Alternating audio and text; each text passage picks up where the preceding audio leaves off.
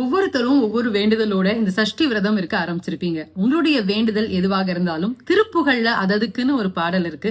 அருணகிரிநாதர் அவர்கள் அருளிய இந்த திருப்புகள்ல எந்தெந்த வேண்டுதலுக்கு என்னென்ன பாடல் அப்படின்னு ஒரு 5 பாடலை நான் குறிப்பிட்டு சொல்றேன். சஷ்டியில் அதை பாடும்பொழுது நிச்சயமாக அது நிறைவேறும். குழந்தை பாக்கியம் வேண்டி விரதம் இருக்கக்கூடியவர்கள் சுவாமிமலை முருகனை நினைத்து அருணகிரிநாதர் பாடின இந்த திருப்புகழ் பாடலை மனமுருகி பாடினால் நிச்சயமாக குழந்தை பேரு கிடைக்கும். ஜெகமாயைன்னு ஆரம்பிக்கும் அந்த பாடல். இதே சுவாமிமலை முருகனை நினைத்து அருணகிரிநாதர் நீண்ட ஆயுள் தர வேண்டி ஒரு பாடல் பாடியிருக்கிறாரு. அந்த பாடல் பாதி மதி நதி அப்படின்னு தொடங்கும். அதுபோல தொழில் முன்னேற்றத்திற்கு நீங்க பாட வேண்டிய திருப்புகழ் பாடல் திருச்செந்தூர் முருகனை வேண்டி அருணகிரிநாதர் பாடியிருக்கக்கூடிய பெருக்க சஞ்சலித்துன்னு ஆரம்பிக்கக்கூடிய பாடல். எல்லாருக்கும் இருக்கக்கூடிய ஒரு கனவு சொந்த வீடு அப்படின்னு. அப்ப அந்த சொந்த வீடு கட்டி குடியேறணும்னு நினைக்கிறவங்க அருணகிரிநாதர் சிறுவாபுரி முருகனை வேண்டி ஒரு திருப்புகழ் பாடல் பாடியிருக்கார்.